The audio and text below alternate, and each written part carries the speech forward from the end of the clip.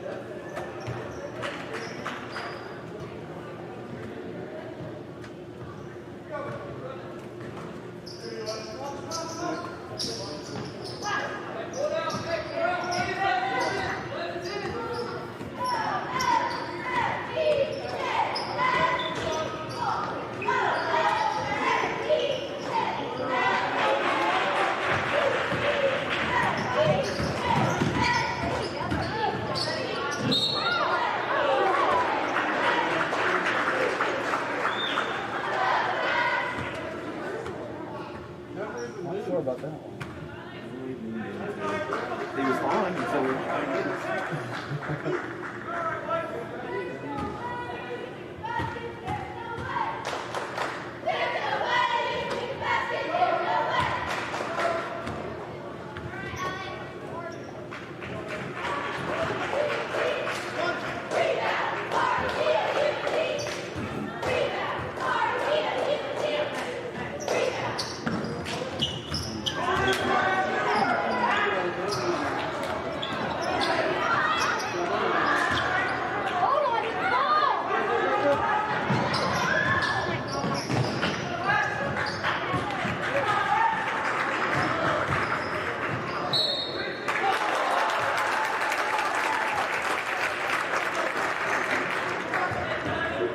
Man, if I could pick up me something I was just squatted in a hollow. His legs are no longer in No, I tell you, you can't take 3 steps into the hoop with it. You're only allowed 2.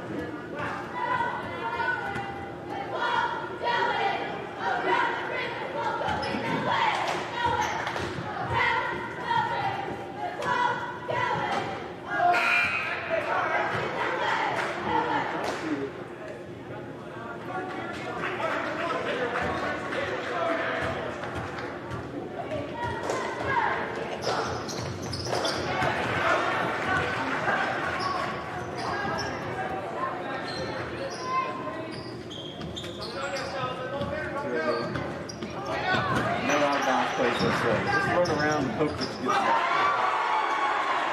Set picks for each other.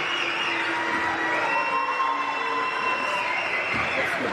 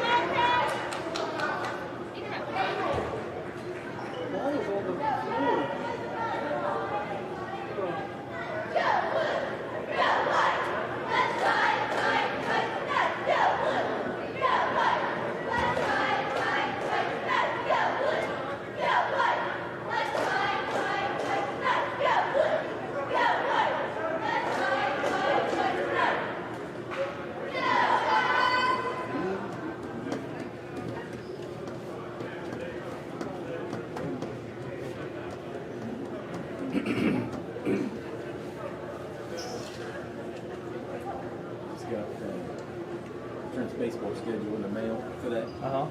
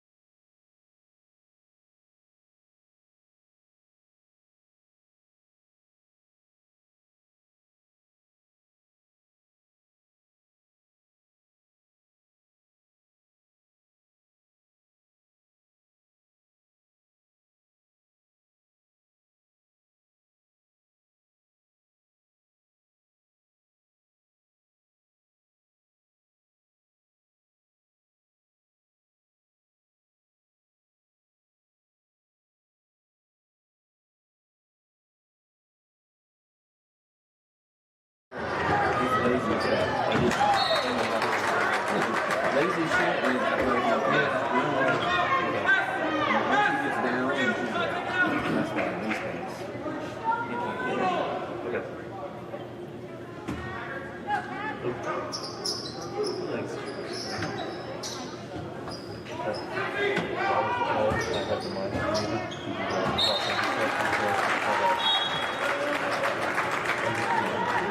He did say, he said, just turn the mic on and cover the door. Okay.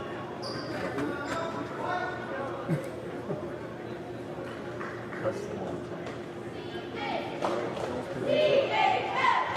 You what? No cool letter. I'll see you tomorrow. You can do that. That's tough. It really is tough.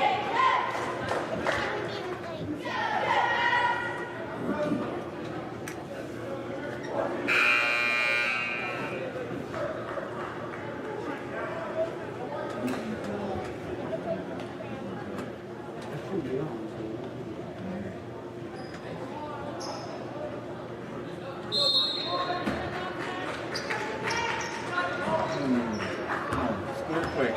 That's what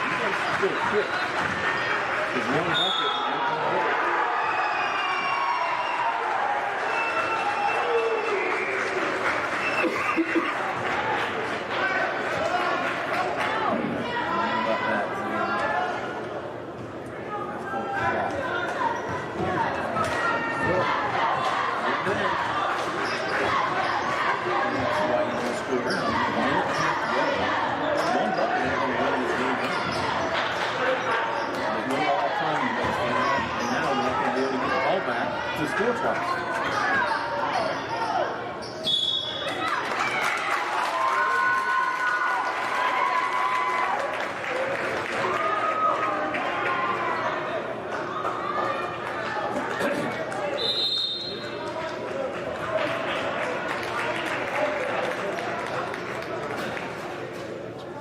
You say double overtime? Nope, not the vocabulary.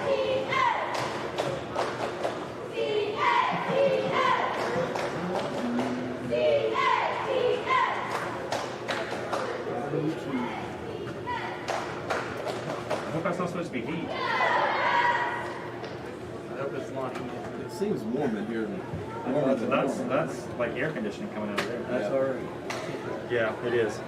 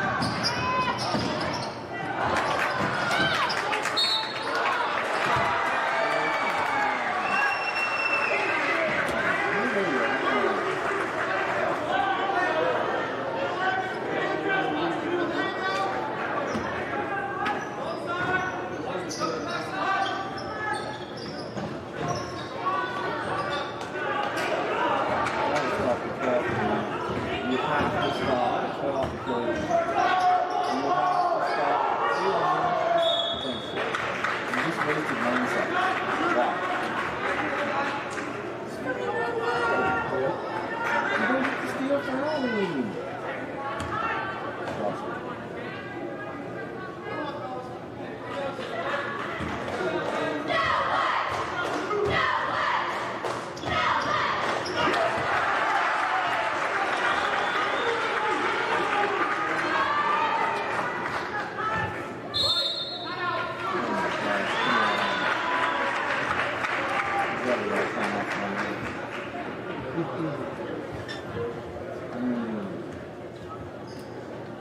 Shep says they still got 4 left.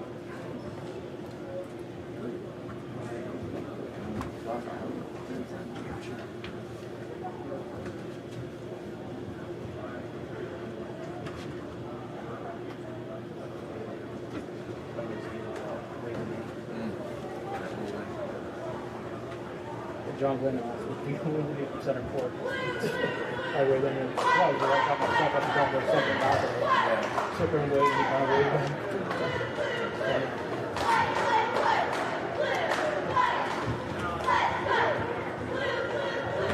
Tell you what, he's doing a nice job with the house.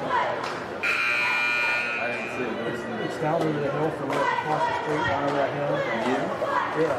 So it's down that low area. And it was just a block house that's been down there for years, like abandoned. Yeah. He must have put it up there. Probably put $100. That sign on it. It's really good. Cleaned up the whole yard back there.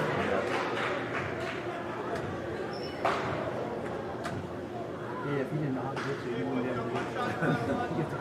It looks like you're going on a garage for exactly.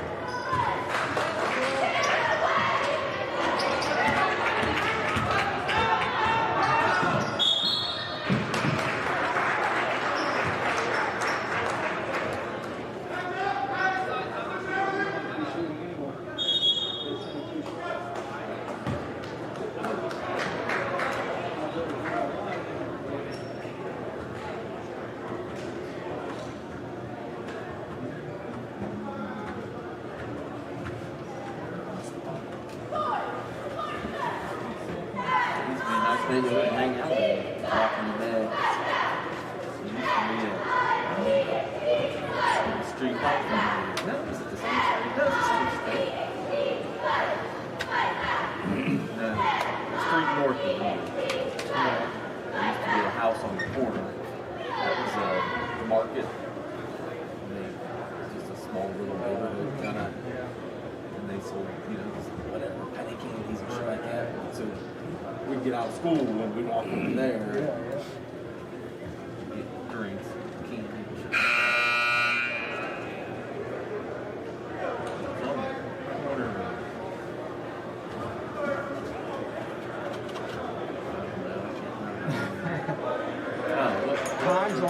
Time's on the left. Where the Pine Fields are, is that what is that? That's right? 11. On the corner of 11 and the street north of me. Like 11.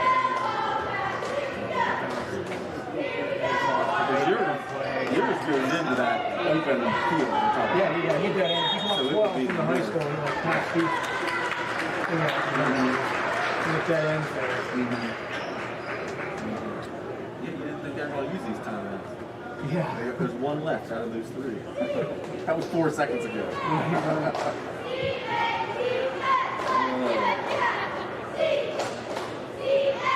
When I first moved into town, there was that little deli on East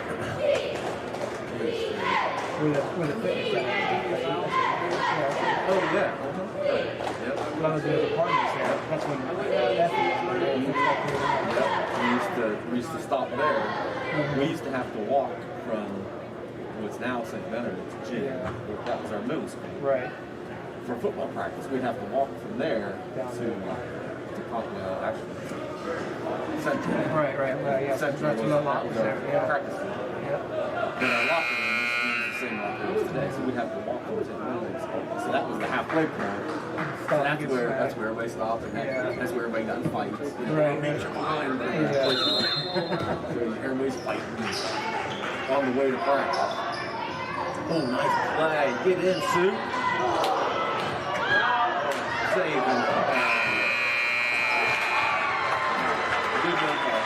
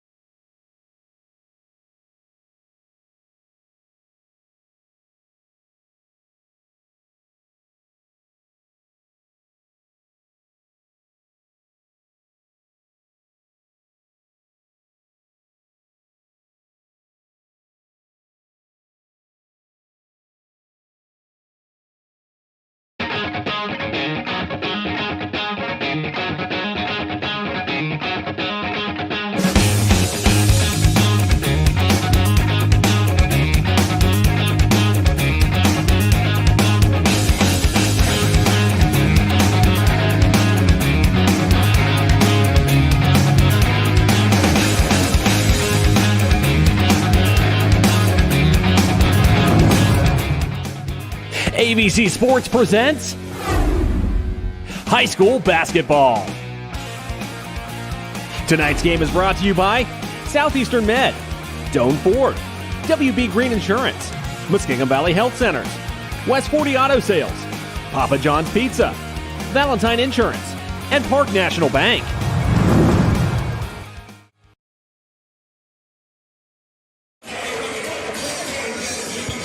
Good evening and welcome to Cambridge High School G4 Gymnasium. Coach Ford Court, I'm John Charlton along with Johnny Valentine tonight. And tonight we have the Maysville Panthers coming in to play the Cambridge Bobcats in action.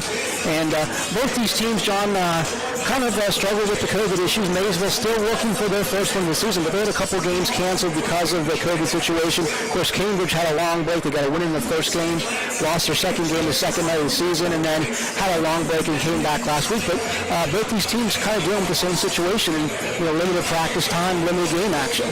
Yeah, limited practice time and game action for sure. This will Cambridge has had 3 games postponed, canceled. As of now, I haven't seen a rescheduled date for those. But yeah, you're right. Maysville is 0 for 3 so far. Cambridge 1 and 2. Though each game has been close for the Cats. Maysville not as much, but both teams are still trying to get their legs under them, especially Cambridge now. This will be their second game in 4 days, so I would guess that we'll see a little bit more improvement from their conditioning standpoint.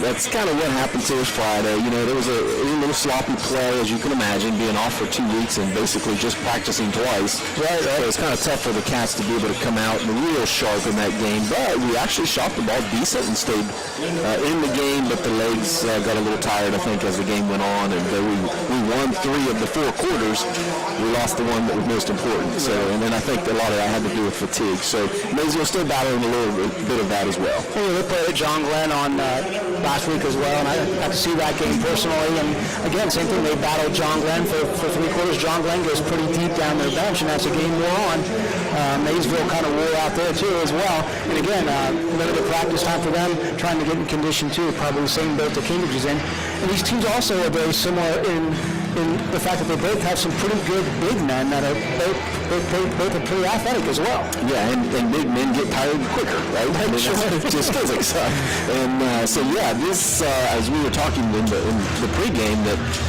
as you know, I've coached this senior class all through the youth levels, and we've run up against Maysville obviously all through the youth levels as well. Several times, and real good matchups because of the size. Maysville brings in a couple guys 6'5", 6'6", that are seniors, and they're pretty darn good post players, but they're good shooters as well. So they can play really anywhere on the floor. They can handle the ball as well, and our bigs can do the same. So that, just on paper, you would assume is going to be the matchup of the night, right? Yeah. Big guys, which one can stay out of foul trouble and which one can, clean up the boards and put in those second shots better than the other ones. So with Maysville, you're talking about 6'5", Quentin Stotchberry, a senior, very athletic, a lean kind of defensive guy, kind of long arms, and he can knock some passes down, and it plays pretty aggressively. And then you have 6'6" senior Logan Smith, who's more of a husky kid, and puts me in mind of your son Brock Valentine. They're built very similar. Yeah, and those two have had a lot of good battles over the years, no doubt about it. Logan is actually, I'm pretty impressed that he's, as the kids, mature and get a little bit more athletic and go into their bodies a little bit more. I guess that was Logan's biggest issue growing up, is he was just so darn big trying to grow into his body, but he's actually become pretty athletic. He's good on his feet now, and you'll see that tonight. He can actually shoot the ball and he can move on the floor, and obviously Brock the same. So that should be a pretty good matchup tonight. And then obviously you got Sean Perkins and Dominic Cork, both similar in build. Cork the guy, they're 6'6", and Sean is 6'5", both pretty athletic, and really would be comparable with those Stockberry kids. They're very athletic, can move, play inside and out. Yeah, so the big guys obviously are going to be pretty darn important tonight, and it's going to be real key that the Bobcats win the boards tonight for sure. But I think, as long as those we offset each other there, I think it's going to come down to guard play. Cats are a little bit more experienced in that. Maysville's pretty young. They've only got really 2 seniors on the staff and 1 junior, so they're pretty young from that standpoint, and their younger part of that team is their guard play. So I think if we could pressure them a little bit and get them to speed up a little bit with the ball in their hands, and we can play good, solid defense and rebound the basketball, I think we're going to be in pretty good shape. That's right. And, JV game earlier tonight went to overtime. Maysville 54-51 over Cambridge. Cole Parsons and Levi Polanski both scored 13 for the Bobcats. We're going to take a quick break as we listen to the national anthem.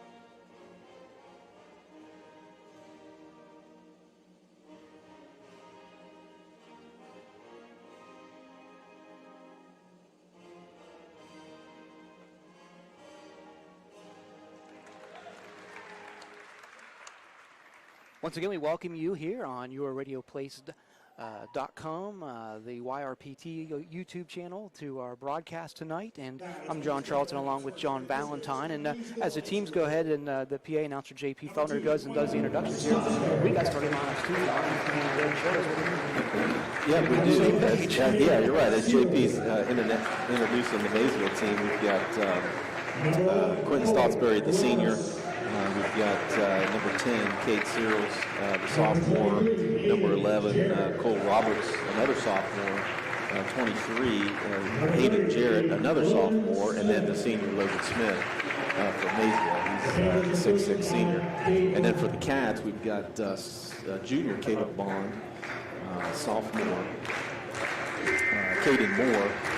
And then we have the three seniors, Sean Perkins, Dominic Quirk, and Brock Valentine. So the same starting five we've had for game 2, 3, and 4 here for the Cats this year so far. And I heard that Coach Slaughter's son, Colton Slaughter, who's a freshman, gets a good bit of playing time, started the first game, and then has kind of came into that off-the-bench role after disappointing performance. Well, look, man, first game, you're a freshman, all the coach's son, blah, blah, blah. A lot of pressure on him, and the poor kid came out and devoted to 5 or something like that first game. So knocked off those jitters. He came in off the bench in game 2 and knocked down 19 points. So all of a sudden, he forgot about game 1 real quick. Right. So, and he came in off the bench the other day against Marietta and did the same thing, and actually kept us in the game early because Marietta shot the lights out, especially in the first half. That first quarter, man, they were dropping threes all day long. So, and Colton did a real good job keeping us in the game, and I think he dropped 4 or 5 threes the other night. So yeah, he's definitely going to be in off the bench, but some other bench players you'll see. And I'm assuming we're still going to be trying to find our legs, right? Because we've been out so long. So you'll see Owen Feldner and Parker Long is back tonight. We'll probably see him a little bit. And then if our bigs get in some foul trouble, which hopefully we don't, you've got Levin Pulaski to serve with some extra help there as well. Cambridge Maysville all-time record, 10-6. Maysville was up last year. The Panthers defeated the Bobcats 62-54 at Maysville. And here we go with the jump ball. Perkins gets it back into the backcourt to Brock Valentine. Gets it over to Caden Moore, running across the timeline. Yeah, Maysville will run a lot of man-to-man defense. As you can see, they started out with that here. They like to pressure the ball a lot, full court, half court. They like to run a lot of man. Moore's got it, top of the key. Cambridge setting up the offense. Goes left side to Caleb Vaughn inside to Brock Valentine. Putting it to Vaughn Smith. Goes inside, forces it up. And good for 2 points. Maysville running down the floor. Stottsbury goes to Smith. Trying to get it out top to Hayden Jarrett. Number 23, Jarrett has it. Goes high post to Stottsbury, back to Jarrett. Takes a jumper, 3-pointer from the right side. Goes on. Moore brings down the rebound and brings up the court. Yeah, and that's not Hayden Jarrett's game. He likes to take the ball to the hole a lot and get to the foul line. So surprised that he settled for the 3 there. Caleb Bond hits the three-pointer from the right side to give the Bobcats a 5-0 lead. And Caleb needs to knock down those shots. He was a little cold last game against Marietta, as a lot of kids were, but once he sets his feet, he's pretty dangerous. If they're going to leave him open, he's going to make those. And there we see Jared doing what he wants to do, drives down the lane, penetrates in the paint. Yeah, as I said, he likes to take the ball to the hole, though sometimes he does get a little out of control there as well. Bobcats struggle to get the 4. Williams has it now across the timeline and on the right side. For Valentine in the post, gets it to him again, going against Smith with a little bit of a hook shot to his left hand. And unable to score that. Jared gets the rebound, brings up the right side. He penetrates, drives by Perkins, fall-away jumper, and they're going to call a foul. Like I said, you better be ready because Jared's going to take the ball to the hole. He's kind of a slasher, likes to go down the lane. Yep, absolutely. And as I said, he likes to get to the foul line as well. And that's, when you got big guys underneath, you can drop those 2 on the block. It makes sense for him to be aggressive taking it to the hole. Jared inbounds it now, gets it to Smith inside. Little dribble fake through, a short jumper, swishes that one. Makes it score 5-4, Bobcats favor. Maysville bringing this press because we're going to problem. He definitely will. We're going to have to take care of the ball tonight. Cork gets it, he drives to the corner, trades, and passes it off to Brock Valentine for the layup. 7-4 now in favor of the Bobcats. Same thing we were talking about Jared down here taking the ball to the hole. They've got to stop him before he gets to the hole. Then you just drop it off to the block just like we did here with Cork and Valentine. Especially if they're bringing that double team. Gets it down top to Stottsbury now. Dribbles to the right side. Jared has it. Looking to penetrate. Back to Stottsbury. He'll go baseline. Gets cut off there. Dishes out to Searles. Searles gets it back and kind of shoots it and blocked by Caleb Bond. I think he got away with a little travel there. Maybe. The official knows it too. Coach Slaughter's letting him know about it. Smith had a little high-low game looking for a back cut to Stottsbury, picked off by Cork. Cork gets it ahead to Perkins, and it tips off his fingers out of bounds. Yeah, this is what we can't have. We can't be out of control, out of position, and try to force the ball. They're going to pressure us enough on the full court. We break the full court. Don't get greedy. Take your time, relax, run your half-court set. It looked like we were a little bit maybe lackadaisical there in a sloppy pass. Slaughter into the game for Caden Moore. Bringing him off the floor is Cole Roberts, who gets it to Stottsbury. Smith in the high post. Jarrett now goes inside to Stottsbury. Turnaround jumper. Goes a little bit long. Colton Slaughter gets the rebound. Gets it ahead to Cork. Left side. He'll take it across the floor to Caleb Bond. He's on the right wing. Back to Slaughter, left wing. 2 shooters in the game now for the Bobcats. Valentine inside, dishes it out to Slaughter. He'll take the 3 a little bit long. Cork fights for that rebound, but it comes down to Smith. Smith gets it ahead to Roberts. Searles back to Jarrett. Jarrett working the left side, working against Sean Perkins. Now he goes down the middle. Ducks up and under, gets his own rebound off the rim. Kicks it out to Smith, who's going to take a 3. A little bit short off the rim and picked up by Caleb Bond. 7-4 Bobcats, 4:16 to go, almost the halfway point of the first quarter. And you see Logan Smith's not afraid to shoot the ball. He's shooting 3s out here tonight, too. And speaking of 3s, there's Colton Slaughter knocking down a 3, makes it 10-4 in favor of the Bobcats. Colton was getting jealous of me talking about somebody else shooting 3s. Looks like Jarrett was going to take one now. Logan Smith has it top of the key. Gets it to Roberts. That ball gets tipped away. Off the hands of Stottsbury, and Dominic Cork lets it go out of bounds. Bobcats will inbound at about the half-court line. Another sub now as Brock Valentine goes out. Feldner into the game. The sophomore got a lot of minutes the other night against Marietta. Again, as we assumed that we'd be deep into the bench, but I got to say, Owen Feldner, the most athletic Feldner. Yeah, he definitely is athletic, no doubt about it. There we go. Perkins goes inside, tries to put up a little turnaround jumper. It tips out of bounds. Cambridge will keep it. Yeah, and he signaled Maysville, but I think he was a little confused. Owen did a good job of boxing his guy out and then trying to get that loose ball, and the defender hit it after Owen did. So the official was a little confused there. Inbound the Slaughter, he goes inside to Cork. Cork goes off the backboard, plays a little baby hook there for 2 more. That makes it 12-4. And there's nobody out there that's going to be able to stop Dominic Cork at the block like that. I mean, he can hit shots from that 6 to 8 foot range, and he is a mismatch for sure any game we play. Did you say Dominic Cork or Dominic Cork? Well, I think he could be pretty dominant in there. Oh, well, you had me a little confused there, John. I know this is our first game together, so we haven't been able to pick up some of those tendencies yet. I like that. Dominic Cork. I think it's Dominic Cork. Well, so see far, how dominant so good. he is. Stottsbury's going to inbound it to Jarrett, and a little under the basket inbound play. Puts up a jumper from the baseline, misses it. Dominic Cork gets the rebound. I like it. Gives it to Caleb Bond. And no reason for the Cats to get real antsy here. You got an 8-point lead. Well, halfway through the quarter, take your time, take a little time off here, and get the shot that you're definitely looking for. Caleb Bond with it, takes it to the middle, backs it back out. Showing that patience. Slaughter with it, left wing. Dribbles to the right side. Owen Feltner's going to take the jumper and swishes that baby 3 for him. That's a 15-4 lead. The Bobcats have just run off a bunch of straight points. 10 straight points. I've got to do math in my head, John. 10 straight points. It was 5-4. Cambridge won 5-0. Maysville got 2 buckets in a row, but then Cambridge just runs back and they hit 2 3-pointers in there and 2 inside buckets, and they have a nice little lead here. Yeah, 3 for 4 from behind the arc there in the first quarter. We still got 2.5 to go. But as I said, take a little time there, get the shot that you're looking for, and you see what happens when you make that shot. Maysville had to burn a timeout. So real good possession there by the Cats.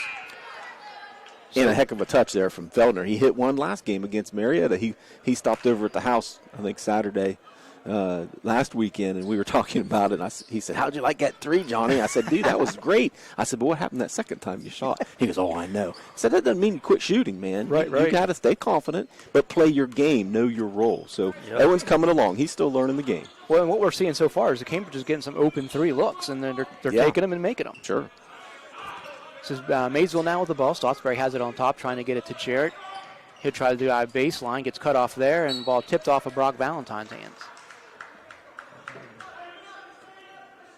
Yeah, what we have to be careful of, though, is not coming out to defend beyond the 3-point line against Maysville, because they're trying to separate and get one-on-one so they can take the ball to the hole and get our bigs in foul trouble. So we got to be real careful about coming out too far to cover that 3. They like to go back door. Rashad Hampton checked into the game for Maysville, as well as Alec Boss.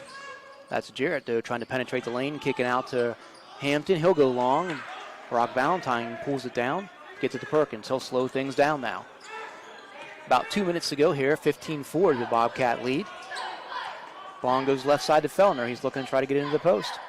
Brings it to Perkins, top of the key, wide open 3. Misses that. Brock Valentine, rebound, goes back up, gets it again. A little over the rim, and they tipped it away. Stottsbury gets it, brings it down the floor. Little finger roll, rolls in and out. Perkins with the rebound. Stottsbury showing he's a little bit of an athlete as well. Yeah, you see he gets down the floor. He's pretty quick, and he can get to the hole too. Going inside to Brock Valentine. He'll go up against Smith. Turnaround jumper just a bit short. Feltner hustles down with the rebound. Throws it out top to Colton Slaughter. He'll take the 3-pointer and drill that baby to make it 18-4.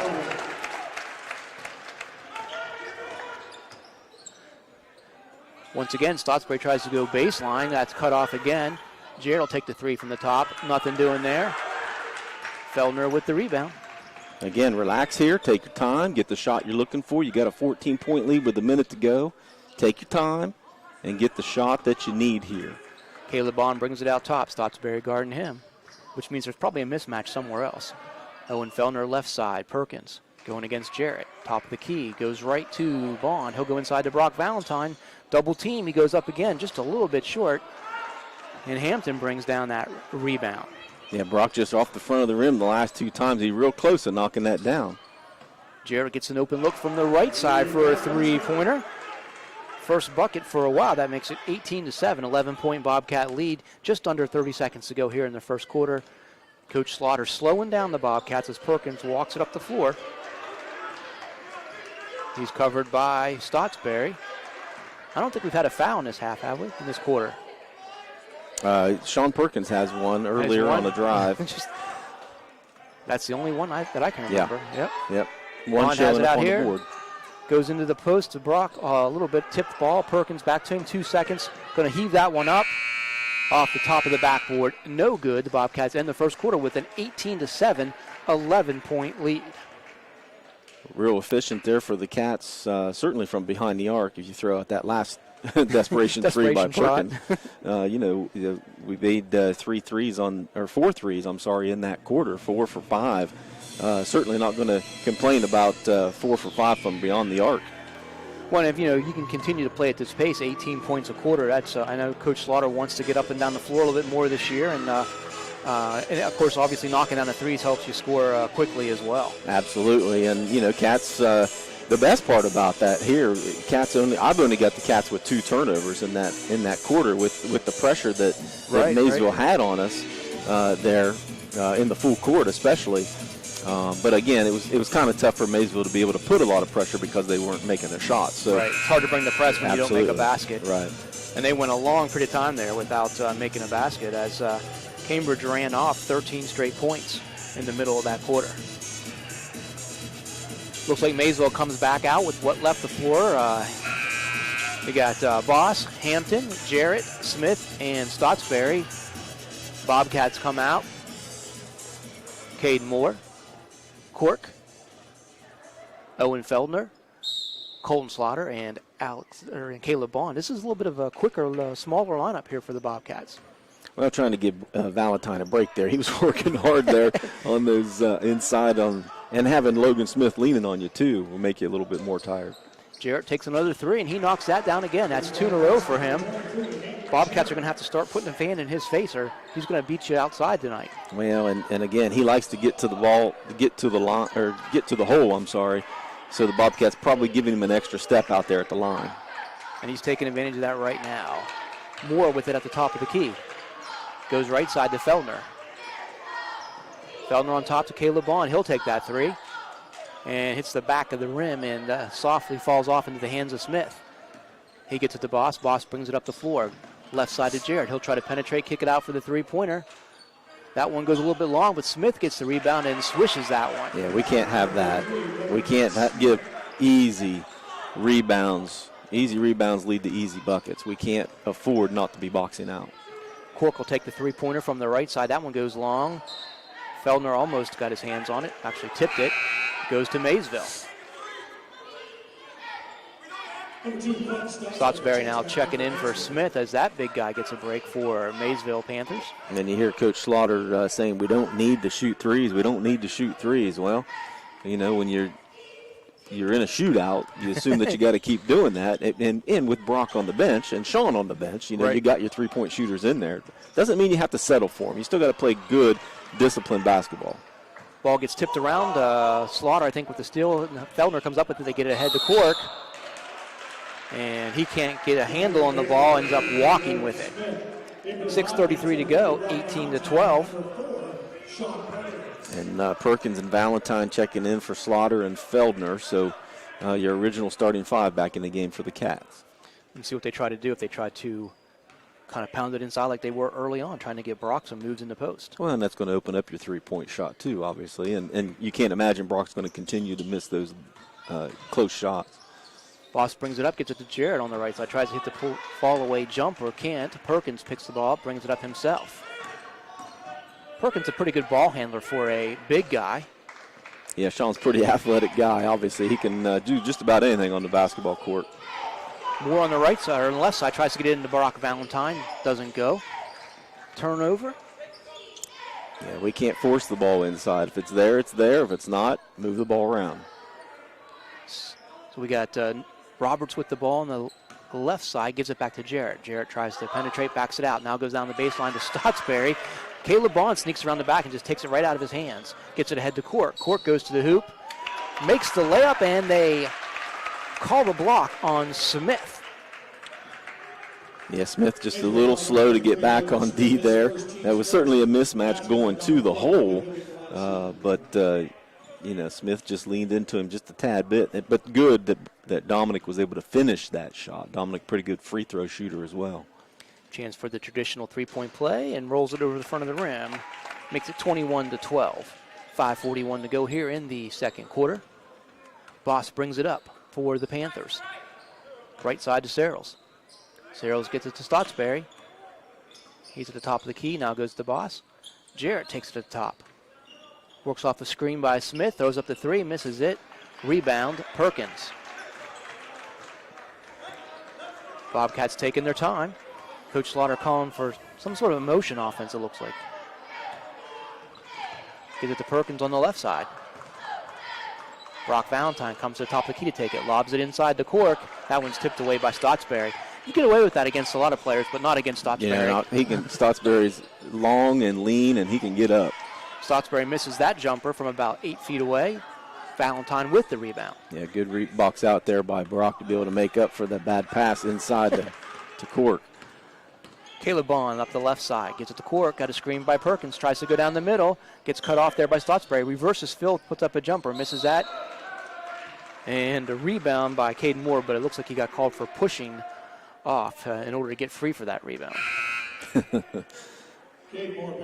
And sometimes you get away with that too, but not always. Well, it's hard to get away with it when nobody's on your side of the court but you and your defender and the officials right in front of you. So they shouldn't be picking on Caden. He's the smallest guy on the floor. Really, man. He needs a little bit of help in there, right? All right. Jarrett brings it up, right side. Gives it to Roberts. Roberts goes top to Boss. Boss to Jarrett, penetrates down the left side. Gives it to Smith in the high post. He's covered up by Brock Valentine. Doesn't get a shot off. Passes it back to Jarrett. Jarrett doesn't mind dribbling it. He will. And see how we're picking them up way too far away from the basket. We're just trying to get them to drive to the hole. Being a little aggressive, a little too aggressive. Smith takes it top of the key. Drives down the left side. Uses the backboard, but doesn't go. Cork with the rebound. That's good defensive, good foot movement by Valentine. I told you, these guys have had some good battles over the years. They know each other's games pretty well. Here we go. Slaughter from the right side for a three. Nice pick and pop there by the Cats. Good play design to get the shooter out wide open there on the corner. Bobcats doubled up the Maysville Panthers, 24-12 right now. Jarrett has the ball right side.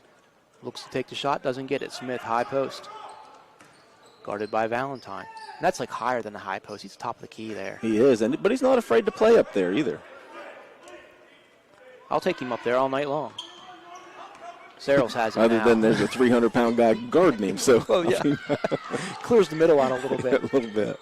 Jarrett's going to try to penetrate down that middle, and he gets bodied up. It looks like and you see the Fellner. difference with him taking the ball to the hole. Good things happen, right? He's quick enough to get to the hole, and he got Sean off balance there for the easy foul. So I believe that's 2 on Perkins.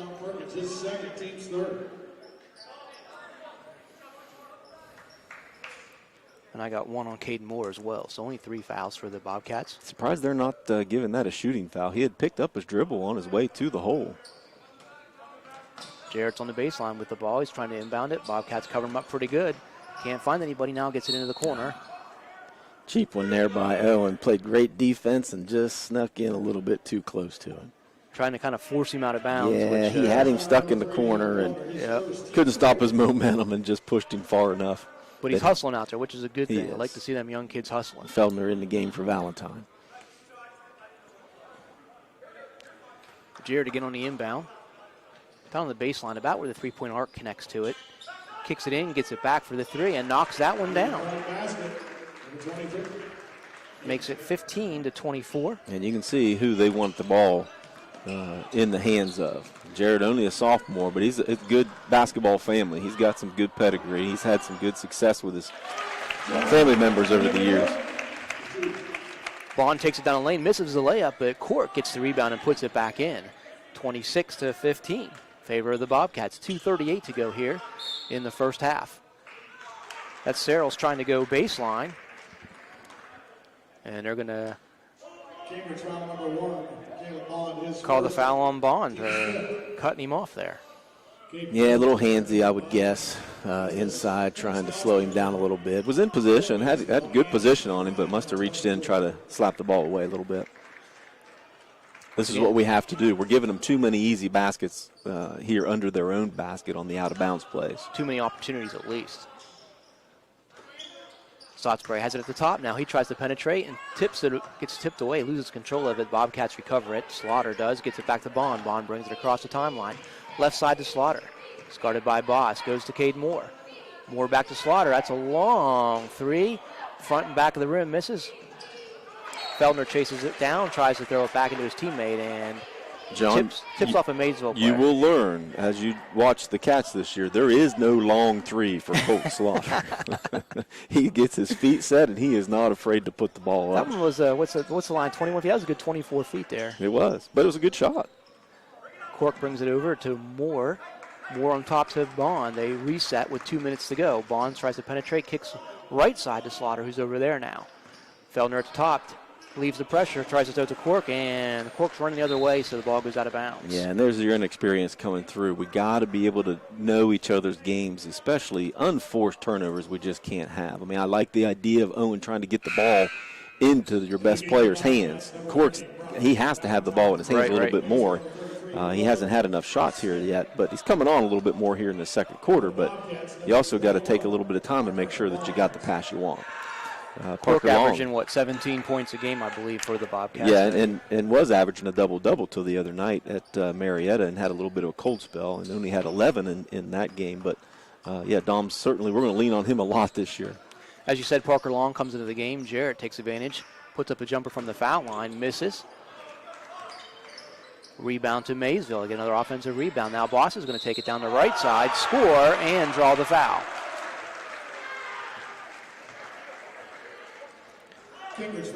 Cambridge a little bit lackadaisical there on defense. They give him a second chance opportunity, and then Boss takes it right down the lane and got a chance for a three-point play here. Yeah, you can't, again, they like to take the ball to the hole, which is basketball I love. I want to take the ball to the hole for that reason right there. Number one, you're getting the other team in foul trouble, but number two, you're getting easy baskets, right? You're right next to the hole, plus you're getting free throws. So to me, that's the basketball that you want to play if you're Maysville.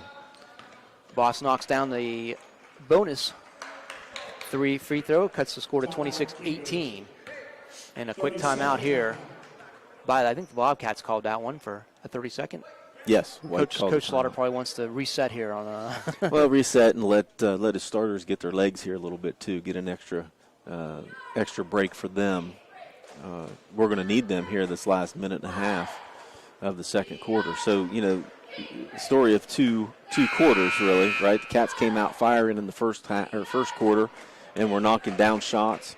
And then second quarter, not getting the ball up as much. We had 14 shots in that first quarter. So far we've only got 9 shots here in the second quarter. So Maysville's been pretty consistent with their shot selection, but the difference is they're making their shots now because we're giving them extra shots. We're getting down second here chance opportunities and taking advantage of it. Yes, right. We got to get the boards and get those up the floor. Good little token man-to-man pressure here by Maysville. Get it across. Bobcats get across the timeline. Moore has it at the top. And again, no reason to rush here, right? You got an 8-point lead. Get the shot that you're looking for. Get a really good. I'd really like to see Cork with the ball in his hands here, unless Slaughter can get his feet set for a wide open three. Trying to get it inside to Cork. Ball tipped away. Jarrett takes it up the floor. And obviously that was the game plan, just not the best pass. Maysville has it left side. That's Boss. Caleb Bond trying to steal it away and gets called for the foul. 1:01 here to go in the first half. Well, basketball 101, right? Shooter gets ready to shoot. What are you not supposed to do? Not supposed to leave your feet. Caleb was in the air. Yeah. He was flying through the air, and obviously that's an easy foul for the official to call. So we got a 1-on-1 here. Boss at the free throw line. Just made one a minute ago. And swishes that one as well. Yeah, got a nice looking shot there, so I'm assuming that he's probably going to be able to knock these down. Second one up and good. So the Panthers cut the lead to 6. It was 12 not too long ago. Well, and turnovers will do that, right? Cats 7 turnovers here in the first half, and several here back-to-back. So, and that's been the difference here in the last couple minutes. Bobcats trying to get into a half-court set here. 44 seconds to go. Moore's got it on top to Slaughter. Way out, although some people tell me he can shoot it from here. I've heard that. And that's okay. Obviously, we're going to take some time off here and get the shot we're looking for. You can get a mismatch inside. Looks like Valentine's got a mismatch with Kai Ryan in there. Hasn't played a lot, and it's given up a good 150 pounds. Right. Cork chases down that one. Kind of a bad pass. Slaughter holds it. 15 seconds. They give it to Bond. He's out by the center court circle. Tries to penetrate in. Colton takes a long three. Nothing but net with about 2 seconds to go as the Bobcats extend that lead back to 9 points at 29-20 at the half. Tried to tell you, he doesn't have a problem shooting from anywhere on beyond the arc. And, obviously that was the set play from the beginning. You could see that they had that set up. And I thought they were going to try to get the pick and roll here with Cork at the top of the key, which, I have no problem with either, because Cork can catch the ball at the top of the key or the elbow and take the ball to the hole, and that's his touch, man, anywhere inside that paint for sure. But great play design there, and you got to credit Slaughter for knocking it down. I tell you what, and the Bobcats really, when you get in that kind of situation, they have several people that could to take the last shot. You could go with the post move to Valentine. You could go with get it in Cork's hand, let him penetrate, maybe let him penetrate and dish. Now you got Slaughter and Bond who can both knock down the three. And obviously Perkins is good at that mid-range jumper. So you have anybody could put down that last shot of the half. And tell you what, Bobcats right now get that buzzer beater, 29-20 lead here as we take a 10-minute half. We're going to take a quick break, go silent for a little bit as we put together stats, and we'll come back in a few minutes here and get you set for the second half.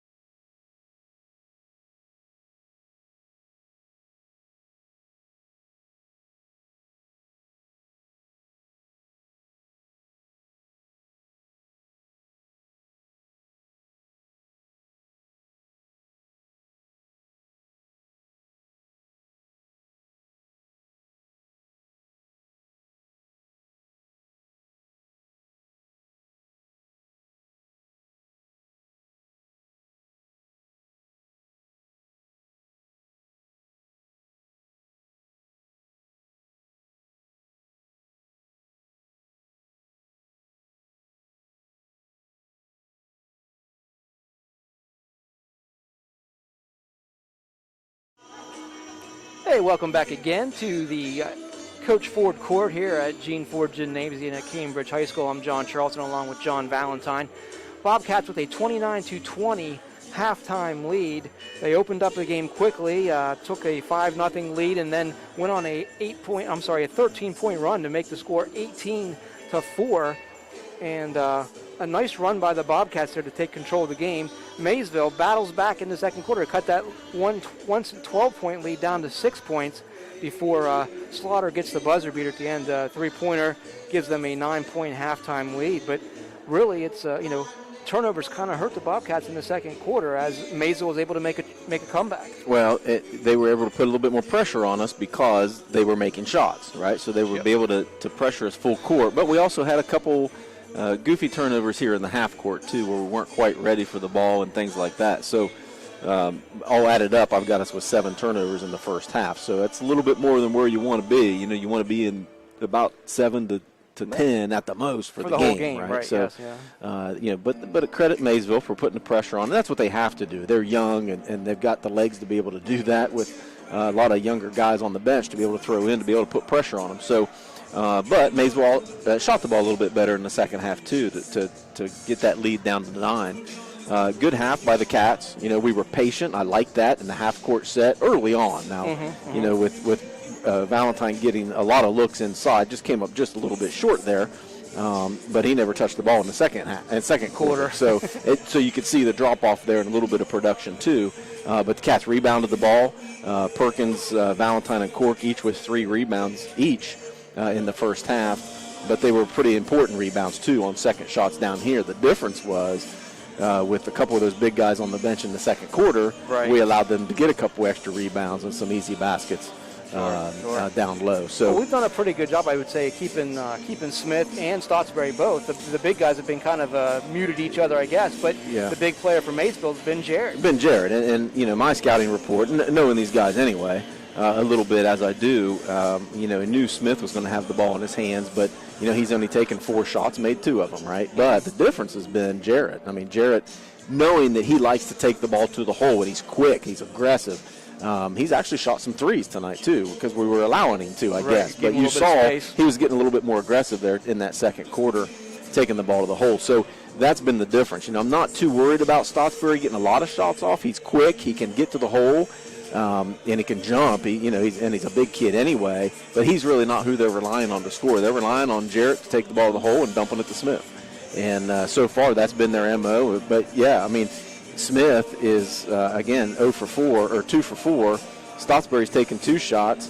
There's been 2 other shots taken by anybody else on the team except for Jarrett.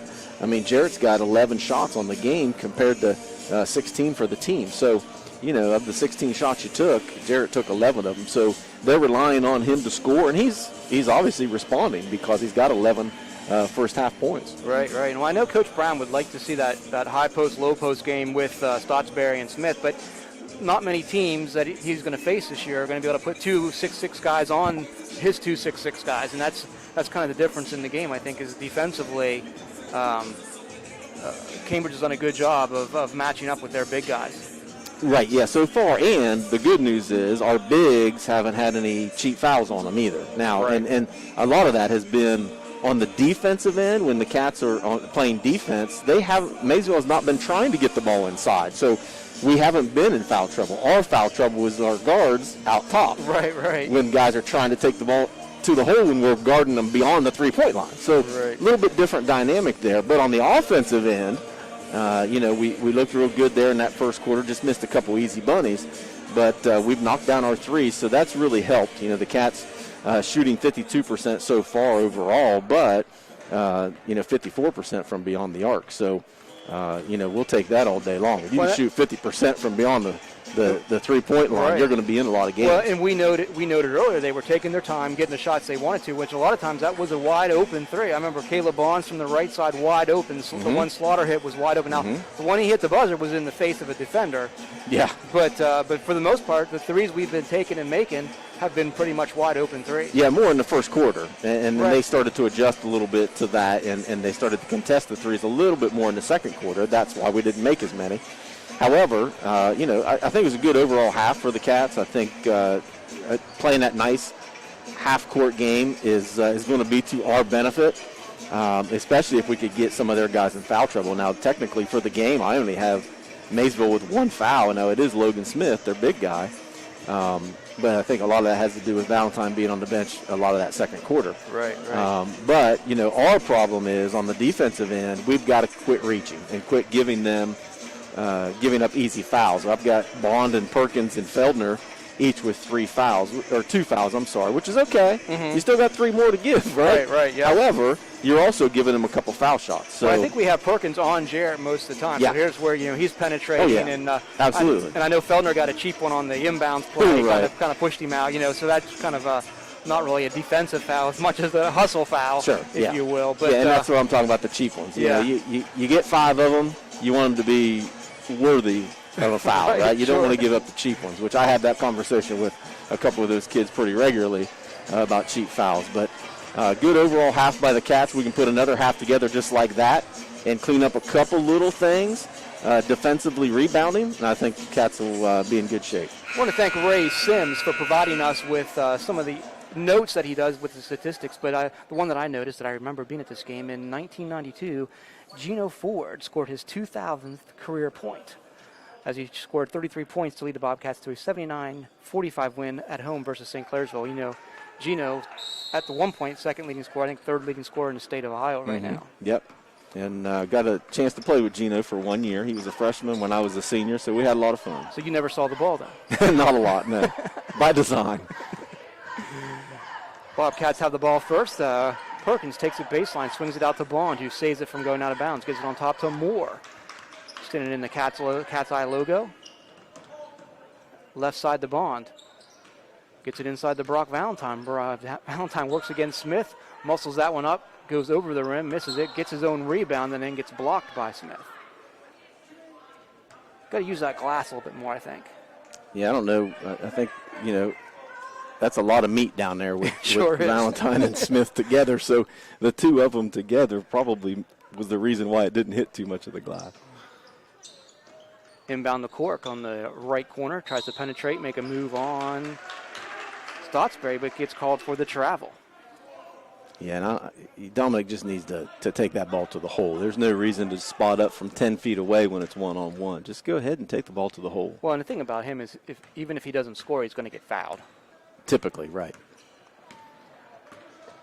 So we got Roberts bringing the ball up the floor for Maysville. Gets it to Jarrett. Jarrett penetrates right side, throws it to Smith for a 3-pointer from the corner.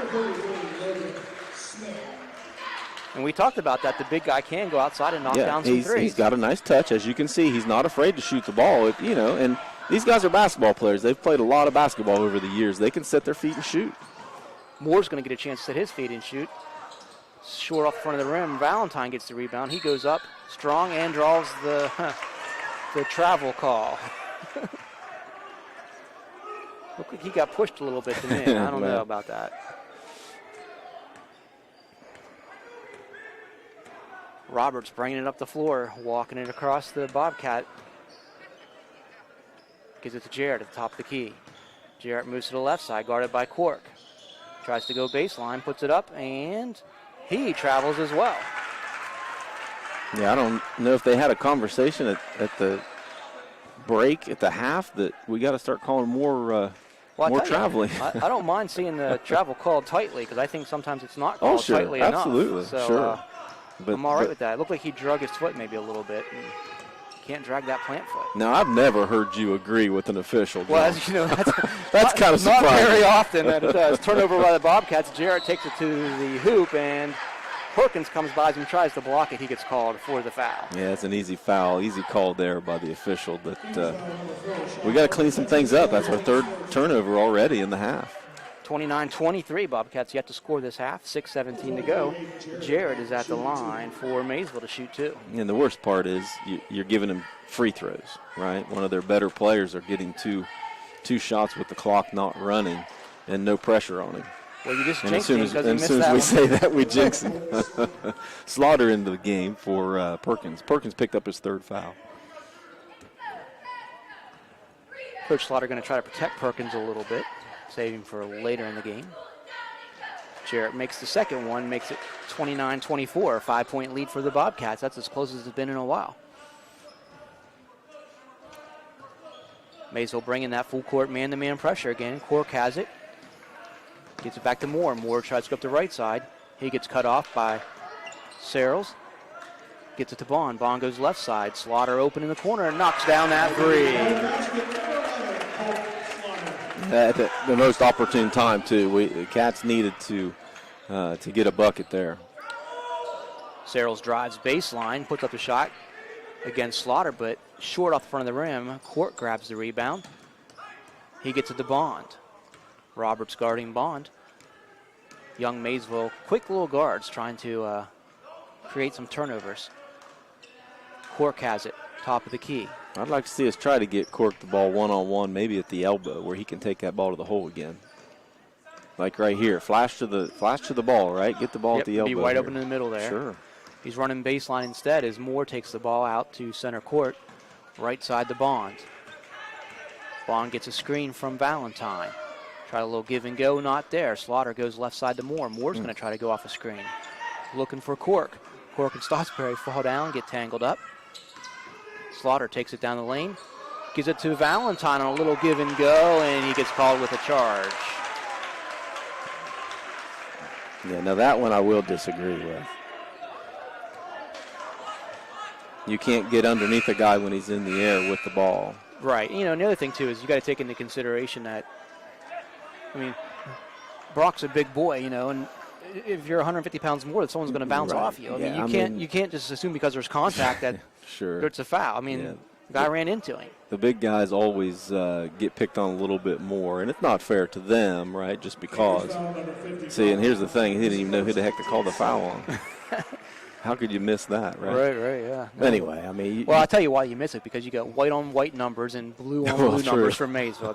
I don't know why ADs allow uniforms to be ordered like that. It's crazy. Well, you are sticking up for the officials tonight. That's something new. We're starting to rub off on you a little bit. Smith has it. Jarrett now penetrates the right side, kicks to the corner to Searles. He'll take the three and knock that down. Yeah, can't give them any kind of momentum here, and they certainly have picked it up with 4 turnovers here by the Cats in the second half. 4:38 to go. Bond goes to Valentine. He'll let Stottsbury fly by, misses the layup. Cork gets the rebound and puts it in. Makes it 34-27, 4:25 to go. And there you see the big guy not getting the benefit of the doubt, right? And it happens. I've had this conversation with a lot of different officials. And I'm not saying it's just because obviously it's my son, but you have to defend those big guys. Just because they're bigger, you can't say, look, and Coach Slaughter's letting him know too. Yeah, that's twice the poor kid got hammered and you're not calling call anything. Maysville gets it into Jarrett on an inbounds pass, and Bond tries to poke it away and gets called for the foul.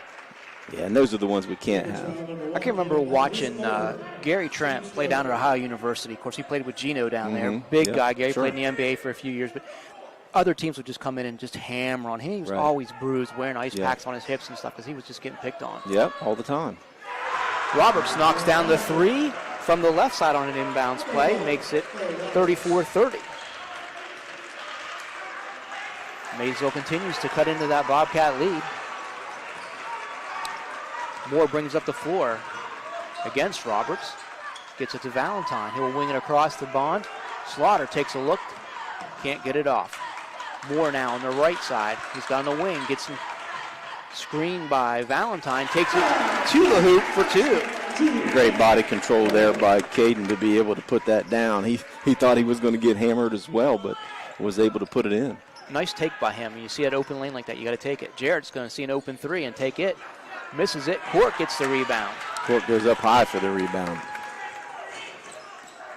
Cork gets it to Bond now. Bond will bring it across the timeline. Left side, Slaughter. Guarded by Jarrett. Gets a screen by Cork. And Dominic's going to have to be real careful with that shoulder. You've seen the last couple times he's set screens.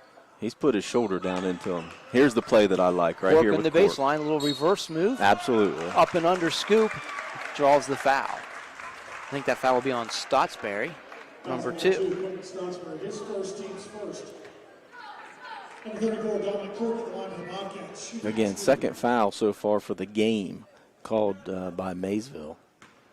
Called on Maysville, I should say. Well, and of course, that's why Coach Slaughter's in the Sure year he the is. referee right now. Absolutely, and he should be. Cork makes the first one of the two. Stretches the lead back to 7, 37-30. We got 3:03 to go here in the third quarter.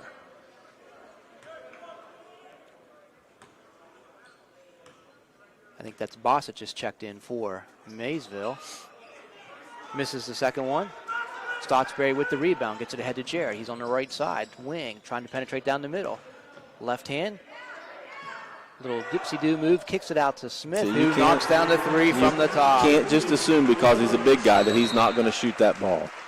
You can't be lazy on deep. Why are we sitting here watching Jarrett dribble around inside, right? You got to be able to be man on man. 2:47, we got a little stoppage in play here. Again, these are basketball players. Anybody on the floor can set their feet uncontested and knock down shots. And I think it seems like in the last 15 years with the advent of the three-point line, a lot of players are practicing that more. Because Sure they obviously are. you Absolutely. make fewer three-pointers, you get more points in the game. Absolutely. And so any players, of course, grew up trying to take the three-pointer. Sure. If you can't dunk it in sixth grade, you're taking a three-pointer. That's what's cool, right? Right, right. Chicks dig the long ball. That's what we're talking about here. Right, absolutely. 37-33, 2:44. Bobcats trying to get the ball off the floor. Just had another Maysville foul. That foul was on Cole Roberts, number 11. Roberts being pretty aggressive, but so is Moore going to the hoop. And that one gets picked off his hand by Boss, just standing there. Tips out of bounds. Maysville's been pretty active with their hands as the Cats are going up for shots. Maysville are all over the ball, so they're playing real aggressive defense tonight, as we knew that they were going to. Right. Slaughter with it, right side wing. Top of the key to Owen Feldner. He'll go down the lane for the layup. Good take there by Owen Feldner. Jarrett's going to take one here at this end, and he'll take it down the middle, left hand, lay it in.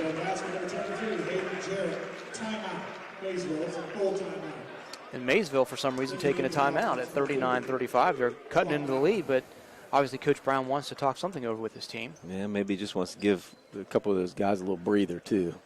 2:12 to go here in the third quarter. And we're seeing some of the younger Bobcats maybe who step up that normally do not step up. I mean, obviously Slaughter we're kind of expecting, still trying to see what he's going to be as a freshman on the floor. But Owen Feldner coming tonight is playing some good defense in the first half, gets a nice little take there. Cade Moore had a nice little drive to the basket a minute ago. Well, and that's going to be really the Cats' biggest issue this year is we're light in the bench. So we got to get some of those guys in because Cork and Valentine and Perkins and really Bond can't be on the floor the entire game. So they, especially the big guys, they need some breaks. So you got it. Some of those guys have to step up, and Owen has. He played real well against Marietta, and he's come in tonight and played real well. What he's got to pick his game up, though, is playing defense. You saw how Jarrett just went right past him to the hole. So those are the things that he needs to be able to, look, celebrate. You did a great job down here on offense. You better be the first one back on defense. Move your feet. And get rid, because that's really what we need him for. We don't need him to score, though. That's a great move and certainly needed. We need him to put pressure on Jarrett to be able to play some defense. But that's some things that he's got to learn as he moves forward. But, yeah, some of these young guys coming in are definitely going to have to help the Bobcats, especially on defense. Maysville again bringing that full court pressure. Looks like a little bit of a diamond press falling into a man. And all the film we watched on Maysville didn't see any of that. All I saw was man-to-man. That gives it to Cork, and gets it to the elbow. Drive the lane. Feldner gets the rebound and puts it back, huh? Right place at the right time. Good by Owen to get to that rebounding spot. There's three main rebounding spots on the floor, the two blocks and then right in the middle of the basket, and he snuck in right there at that block, and nobody saw him. Roberts with a deep three, soft off the front of the rim. Cork gets the rebound. Gets it to Feldner, back to Cork. Again, man-to-man pressure by Maysville. They get it ahead to Valentine, who's pretty much wide open. Smith is there and fouls him. Valentine misses the shot, so he'll get 2 free throws. Tough to make that when other big guys crashing into When a you. 300-pound, Like 6'6" guy is looks coming like down. two sumo wrestlers just like bouncing into each other down there. I don't know. Yeah. Again, I know I've said it over the years, but they've had a lot of really good battles, and and especially at the younger levels when you're just trying to work on basic fundamentals. Right. Work on your footwork, work on your drop step, work on your pivot, and your up and under, those kind of things. And you're seeing some of that tonight with trying to get the big guys off their feet. So Valentine at the line, 41-35 Bobcat lead. Knocks down the first one. Pushes that lead back to 7. Perkins comes back in for Feldner. Feldner gets a couple pats on the back from the coaching staff. Absolutely. He deserved a little bit of a break there, but I'm sure he's going to be back in this game shortly. And Valentine with the soft touch knocks down them, both of them, making it 43-35. 8-point Bobcat lead, 1:22 to go here. Hampton brings it up the floor, goes to Boss. Boss will take that shot and draw a foul. Yeah, probably. I was about to say, you never want to foul a guy that's shooting out the three-point line, right? Even though he was just inside of it. Right. Those are the cheap ones we're talking about, and Caleb's got to know better than that. And he's your point guard, picking up your 4th foul with 1:15 to go in the third, with a team that likes to pressure. That's not a good recipe. So Boss makes the first one. Makes it 36-43. Take the second one, 1:15 on the clock.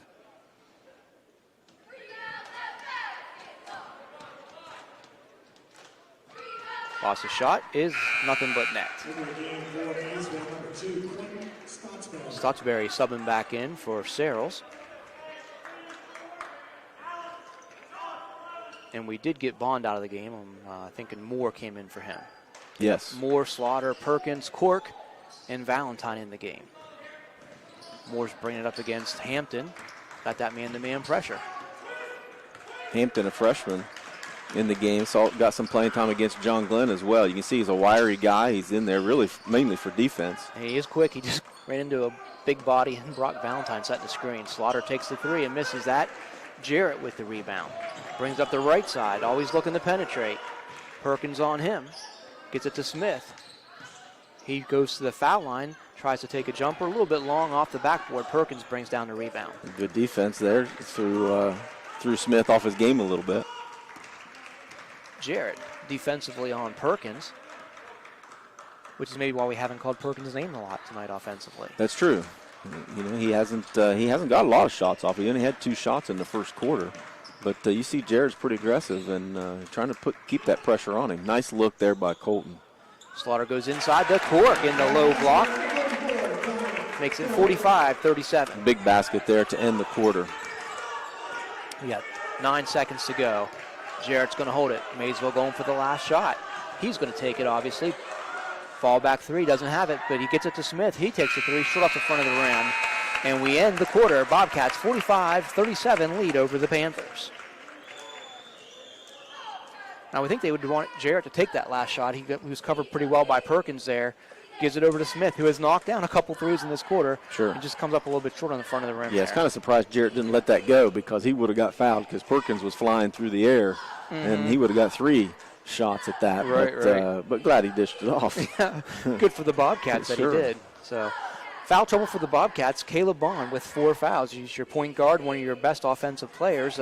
Can knock down the 3, but you're going to have to play a lot of the quarter without your main ball handler in the game. Caden Moore is going to have to step up his game here in the 4th quarter, especially the first 4 minutes, right? I mean, you know, I'm sure that Caleb's not going to be coming in unless he absolutely has to. If you can keep that 6 to 8 point cushion, you're going to keep him on the bench as long as you can. He's not going to come in until the last couple minutes, as long as you can keep that 6 to 8 point cushion. But if the game starts to get a little out of hand, which I'm sure that Maysville's definitely going to put some pressure on now, especially with the point guard on the bench, you know, Moore and Feldner for sure are going to have to step up their game. And really Sean Perkins here. Here's where we need Perkins to step up. Perkins is not in the scoring column tonight. But he's a big guy that can handle the ball. Okay, so there you go. Yep. So what's more important at this point, Perkins scoring or Perkins stepping up and being the leader on the floor and taking care of the ball? I think that's what we need him to do right now. Don't turn the ball over. Smith has it at top. Maysville starts the quarter with the ball. Jarrett around the right side tries to get it to Hampton. Hampton drops it, picks it back up, gets it to Stottsbury, tries to go down the lane and misses that. Valentine with the rebound, gets it ahead to Slaughter. Slaughter tries a cross court pass, and it goes behind Feldner, out of bounds. Little things. You got an 8-point lead with your point guard on the bench. Take your time, get the shot you're looking for. And that's right? what the freshman has to learn. And only Yes. his fourth game of his career at the high school level. Right. He's going to learn those things. Boss has it right side, gets it to Hampton, top of the key. He's guarded by Moore. And we got a foul here. So try to get to Jarrett. Owen Feldner reaching in there, grabbing the arm. Cambridge foul number 3, Owen Feldner, his third. Third foul on number 3. Now we got to be careful because if he gets in foul trouble, then we're down another guard. Yeah, and that's his third, and Perkins with 3 as well. Slaughter checks out. Cork checks in. He'll guard Stottsbury. They lob it into him. Cork playing him defensively. He's trying to take a little jumper from the left side, and nothing but net. And that's for okay. Stottsbury. You got to credit Stottsbury on that. I mean, that's well contested, well defensive pressure by Cork. Just a good shot. As we talked about, we got Perkins on the top with the ball right now. Gets it to Cork on the right side. Cork looking at Valentine, nothing there. Feldner has it at the top now. Right side to Moore. Looking for that cutter across on baseline. Valentine relieves him at the top, gets it to the left side to Feldner. Can't get that open look. Still like to see Cork get that ball with that elbow, that little 6 to 8 footer that he can hit. Valentine. Top Feldner, back the same way to Perkins. Perkins guarded by Jarrett. They get it inside to Valentine. Tries to go baseline. 2 hands on that guy. As Stottsbury and Smith both defending on the baseline that time. Jarrett has it now, left side. Oh, defensive letdown, and Jarrett tries to go for the layup on the baseline, draws the foul. If he doesn't go for a reverse layup, he probably makes an easy layup there. He tried to go reverse on it and gets fouled. Well, and it's hard to second guess him when you got big bodies coming down on you and you think you're going to get hammered to try to get around those big bodies. The big bodies and put it up, yep. 45-39, 6:21 to go in the game. Jarrett knocks down the first one. Cuts that lead to 5. That's Cork's first foul. Thankfully, that's only 1 on him, so he's got some to give. And here comes Bond. Bond's coming back in now with 6:21 to go. He's got 4 fouls. He's got to play smart. Real smart with still 6.5 to go. Jarrett at the line. Second of 2. Nothing but net. 41-45, 4-point lead for the Bobcats. Bobcats get it to Bond to bring up the floor. Guarded by Hampton. Bond goes right side. Hampton does a pretty good job cutting him off. Now they get to Cork. Cork takes it to the free throw line, kicks it right to Colton. Colton goes inside to Cork again. Little hook shot. Good for Cork. You can't stop that. I mean, that's what I'm getting at with Cork is he can play that game from 6 to 8 feet away, and he's so tall and can get up so high, you're not going to block his shot either. Stottsbury gets it on baseline. He tries to go up for maybe a dunk, but definitely a layup. Blocked by Cork. Valentine gets the rebound. Cork gets that jumper from the corner of the elbow there you've been talking about. Yep. A little bit long. Stottsbury with the rebound. Jarrett, right side. Penetrates down the middle, kicks it out. Stottsbury catches it, now gets it to Smith. Hampton going back door for the layup against Bond. That's what you want to do. Bond's got 4 fouls. Try to get it to him. And Bond had to do everything he could there not to try to block that shot.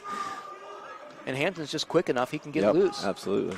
Perkins goes down the lane, gets it to Valentine. Nice dish to Valentine for the bucket. Real good look by Sean, and that's the advantage of having Sean being so athletic. He can get to the rim. That's a travel for sure. He's on the line. 2. Stottsbury gets it, kicks it out to Smith, who makes the 2-pointer.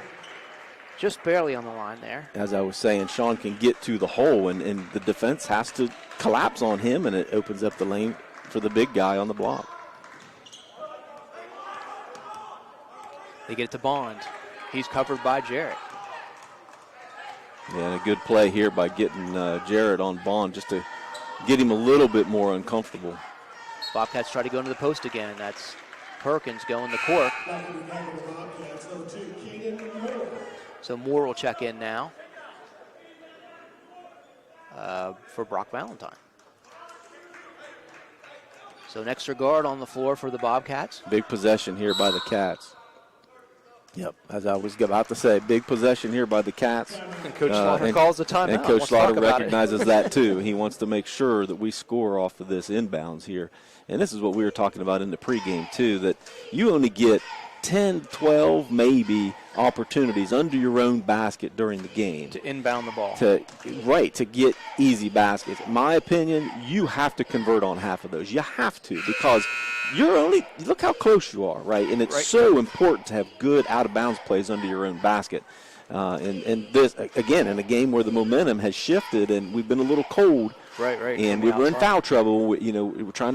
We're kind of spinning our wheels a little bit. This is a huge possession to get the look that you really want. Got to take advantage of this. Bobcats come out. Maysville kind of waits and takes a look. And the Bobcats have more on the baseline to inbound it, and then 4 players lined up across the floor like they're going to do a kickoff here. Yeah. See what happens. Good little screening action, and a lot of guys standing around. They eventually just lob it into Cork in the backcourt. Left side to Slaughter. He's long on the three-point attempt, and that one tips out of bounds. Looks like it went off Jared. So the Bobcats will retain possession. Yeah, I doubt that was the designed play, but boy, that sure was a good look. Well, if you get Slaughter wide open, that's a good thing. Absolutely. So again, we're going to lob it in. Bond gets it about midcourt. A couple dribbles, gets it right side to Perkins. Now we're going to set up the offense. Perkins guarded by Stottsbury. He'll try to go down the lane and loses the handle on it. Gets called for the travel. 49-45, Bobcats with the 4-point lead. 4:14 to go in this one. Maysville looking for their first win of the season. They are 0-3. Bobcats just 1-2. Trying to even their record up. Well, Maysville certainly is not going to go winless for the season. You see that they've got some guys that can put the ball down, and they're pretty aggressive on defense. They're going to win their share of games once they get some of these younger guys a little bit more accustomed to the speed. There we go. Jarrett penetrates down the lane, scores against Cork. Cuts the lead to 2. 47-49. 3:50 to go. So as we've seen all night, Jarrett's the guy that they go to when they need a basket. He's just the guy they go to, period. Yeah, period. I mean, he runs the show, both offensively and defensively. What I'm surprised about is that he's actually taken the ball to the hole under control, because the game film that I saw on him, a couple games, he got out of control a few times. Bobcats working it. Bond has it on the left side, trying to get it to the post to Cork. Cork working against Smith. Spin move, and get a foul called on Smith, so Cork will go to the line again. Yeah, free shots are always nice. And this is where the game's going to be won and lost, right? I mean, if you can have Cork, and I'd like to see Perkins down there at that block get the ball too, because we need to get him in the scoring column, get some confidence in him. But with Cork and Valentine and Perkins being able to knock down free throws as well, we need to be able to get that ball into the block a little bit more here, I think, late in the game. Cork knocks down the first one, 50-47, 3-point lead.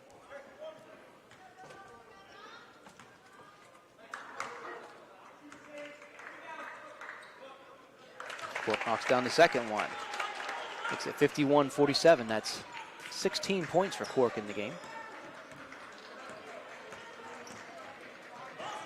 Boss with it, gets it to Jarrett, top of the key. Moore fights through there. Almost looked like he might have fouled him, but doesn't call it. And now a loose ball. Moore diving on the floor to pick that one up. Huge defensive possession by the Cats here. Now you have to convert on the offensive end to put the pressure on them. Moore did a great job defensively there. Now we got Cork with the ball at the elbow. Kicks it out top to Perkins. Perkins looks to penetrate against Stottsbury. Bond now comes out and takes it. Perkins showing some maturity there, not settling for that three-pointer, though he had the shot. A little give and go. Cork takes the three. He's short off the front of the rim. And Stottsbury grabs it away. Gets it ahead to Searles. Searles will go right to the hoop with the layup, and good. Cuts the lead to 2 again at 51-49, and we have a timeout. Yeah, and that can't happen. Here, this is what we were talking about earlier. Fast breaks happen on long shots, right? Long shots equal long rebounds. That wasn't a long shot. No. Perkins is fighting for the ball underneath at the block, and we're being lazy just standing around watching it as 3 of the Maysville players run back. So things aren't going your way underneath. You got to recognize where your guy is and be able to get back on defense. And that's exactly what happened. We let him, Cambridge let him get an easy bucket there. I know we're trying to work on the we and the me. It's hard to do when you're wearing blue your whole life to get rid of that, right? Well, you know, we both know we can go out there and play, right? Oh, sure, yeah. No problem. No, something would be broken quickly. Bobcats come out of the timeout. You got Cork, Moore, Slaughter, Perkins, and Bond on the floor. Bond with 4 fouls. Maysville with Stottsbury, Searles, Jarrett, Smith, and Boss. Perkins gets it inbound to Cork. Back to Perkins. Guarded by Stottsbury. Stottsbury with the reach, almost tips it away. Perkins controls. Bringing it across the midcourt line. Goes down the right side. Trying to get it inside. Trying to get it across to Slaughter. And that one's stolen away by Smith. Perkins picking up the defense now against Jarrett. Jarrett makes a long pass to Stottsbury, who catches that like a wide receiver and takes it to the hoop. Man, he looks like a wide receiver. I'd love to throw to a guy that looked like that. You can get that high in the air and score as well. 51-51. And Bond bringing it up, draws the foul. Looks like it's going to be on Jarrett. Foul number 23, Jarrett, his first. That's kind of surprising. That's Jarrett's first foul for the game. As aggressively as he's been playing defense. Well, and of course, he is quick and he does seem to move his feet well, which is a good I'm certainly defensive not player. getting on him. I guess that's what I'm saying. Is he's played a great defensive game, game, no offensively and defensively. He's a good player. Again, he's got some good family genes, and that Jarrett crew have been a staple over there in Maysville for years. Bobcats inside. They got Valentine back in the game. He's in the block against Smith, and he's going to pick up the foul on Smith, and that should be 4 on Smith. I got 4 for Smith, and that's what I'm saying. That's why this is where you're going to win the game, is down at the block and at the free throw line. As long as you're also playing defense. Valentine, thinking he knocked down 2 or 3 earlier in this game? He's 2 for 2 so far for the game. 2 for 2. Thanks, John. Yeah, no problem. In front of the rim on that one. We did that once earlier today. Let's quit doing that. So looks like we got Feldner ready to check in for the shooter. So if Brock makes this, he'll come out of the game.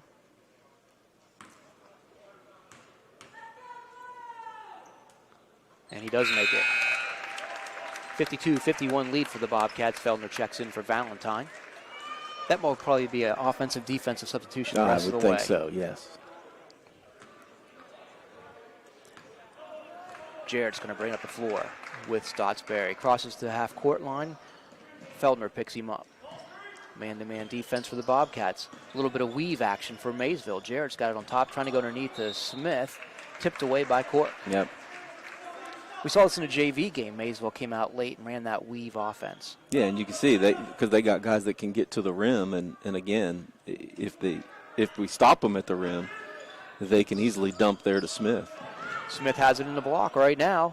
Little low post move, drop step. Cork defensively and misses the shot, and then that's 5. Fouls Cork on the rebound, and that would be his 5th foul. And that's huge. Now you see the block game with the extra bodies that we have, or that Cambridge has, how important that's going to be now. So the scoreboard and the scorebook officially have it as 4 fouls. So somehow you and I are off. Well, I couldn't imagine that we would be wrong. The scorebook's probably off. Oh, so they called the last one on somebody else, I guess. Okay. So anyway, so we thought it was on him. It was not. Just ask my wife. I'm never wrong. Yeah, right.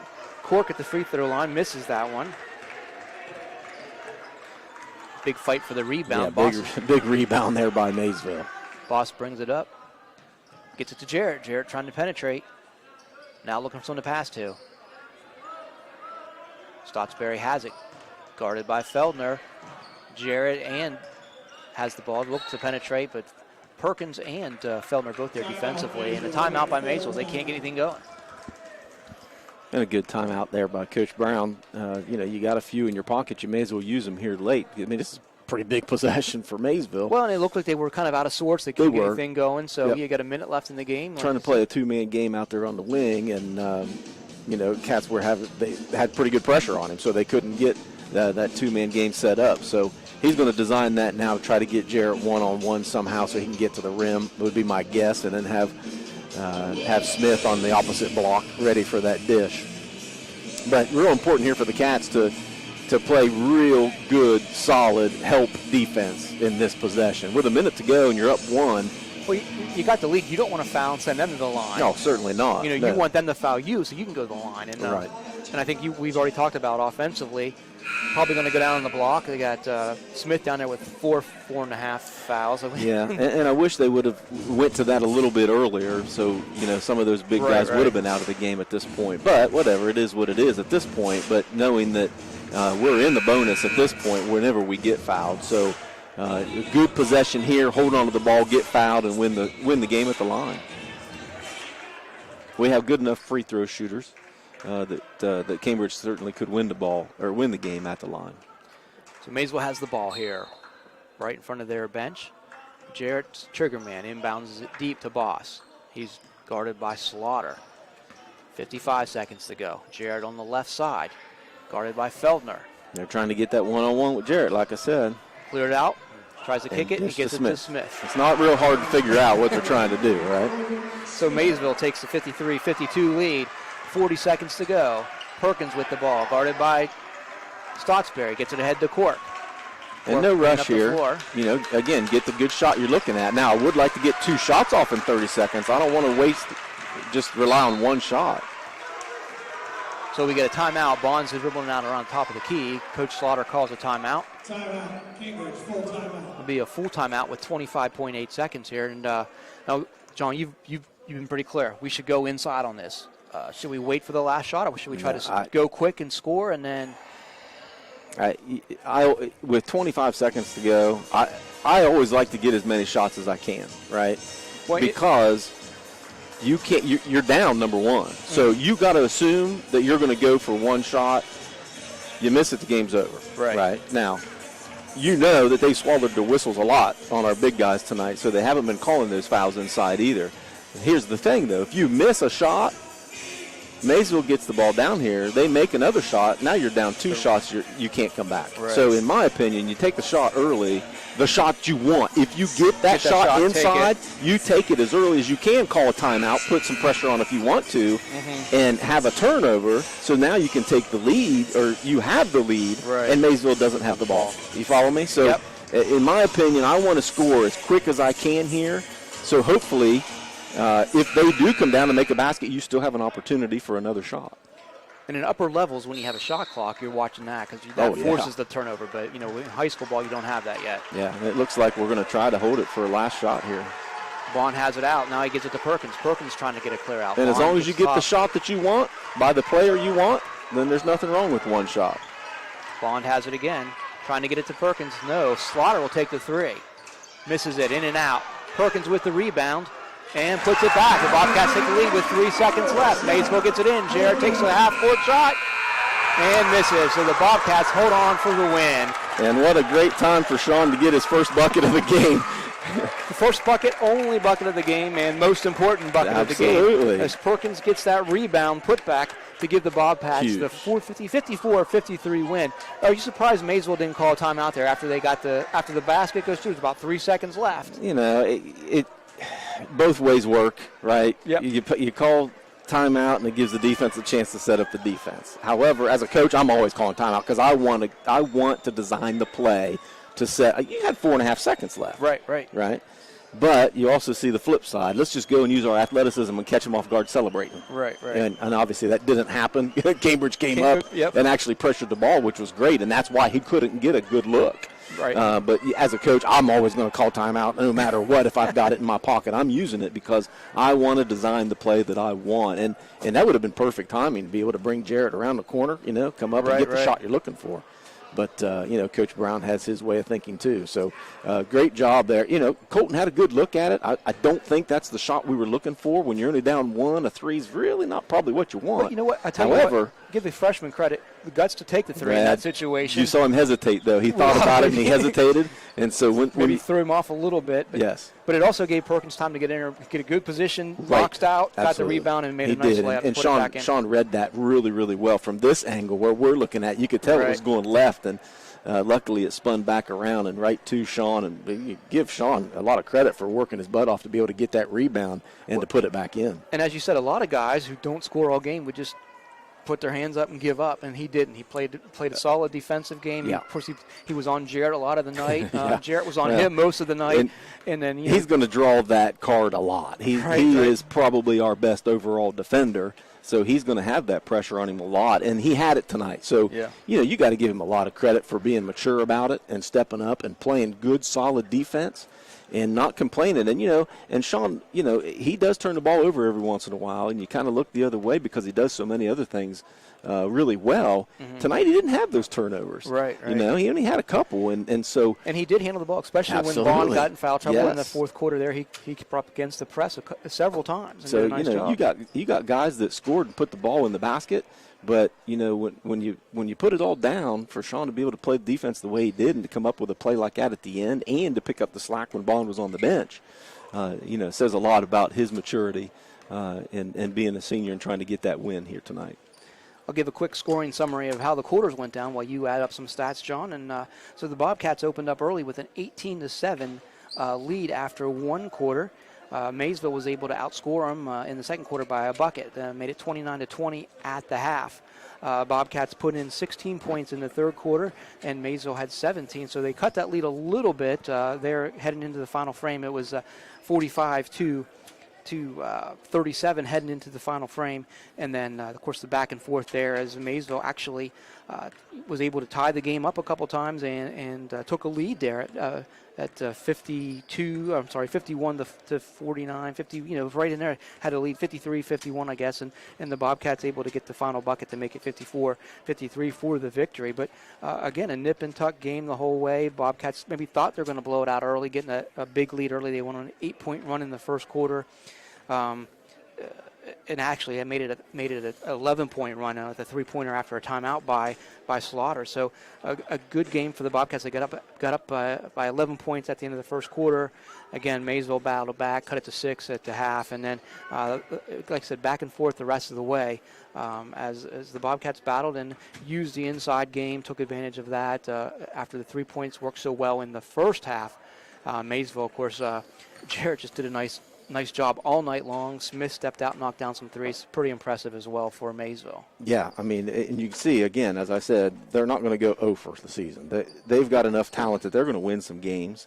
Especially in the MVL, you've got some disparity there. So they're going to win some games. But again, they're young. And right. And look, Coach Brown's done a great job over there with the talent that he's had over the last several years. He's always been a competitive team. Every team that he puts on the floor is going to be competitive. They didn't give up tonight. They came back. They battled that entire game. So they've got a couple decent players that they can certainly rely upon, and Jarrett being that, especially as a sophomore. I mean, he came out from the first tip.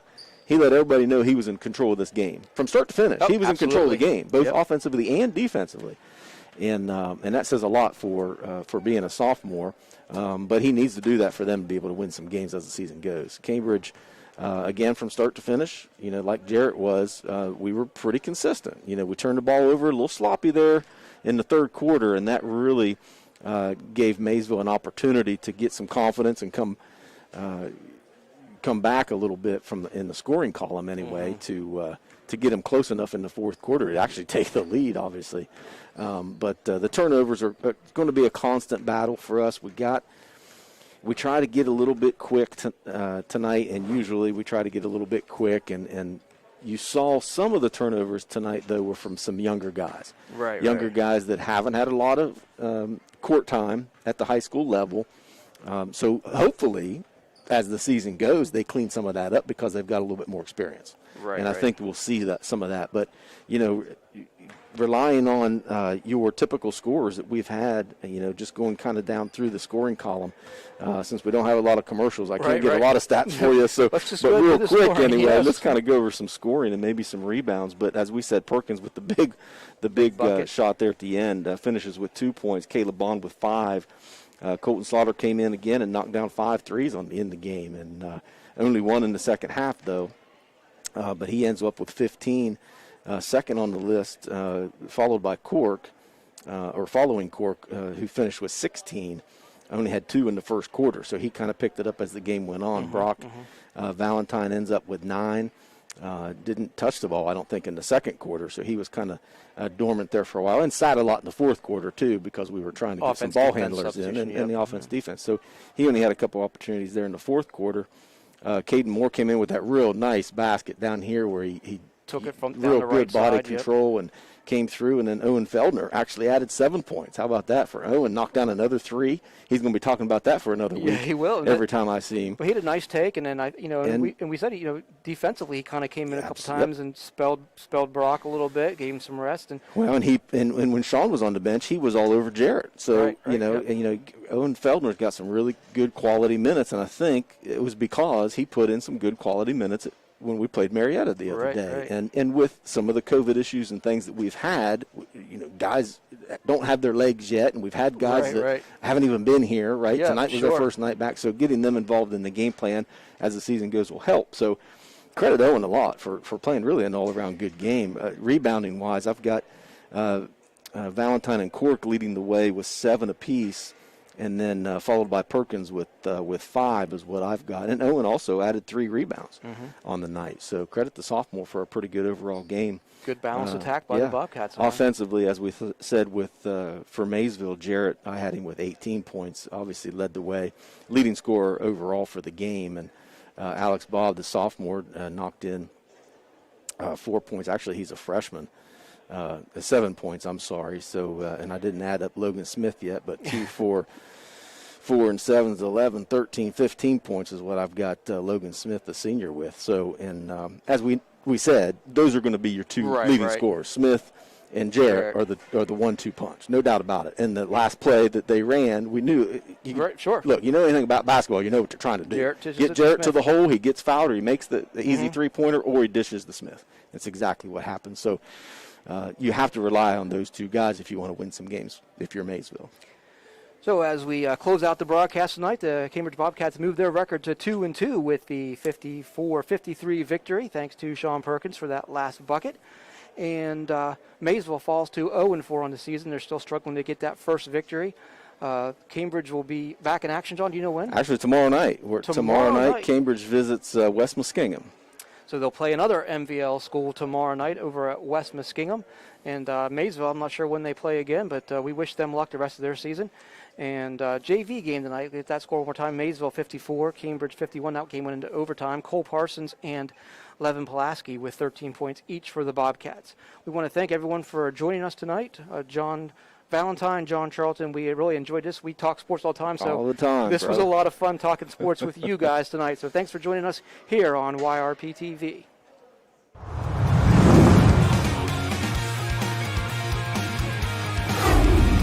High school basketball.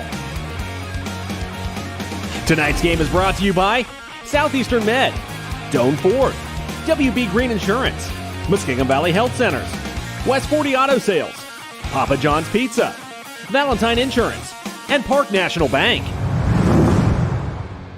This has been a presentation of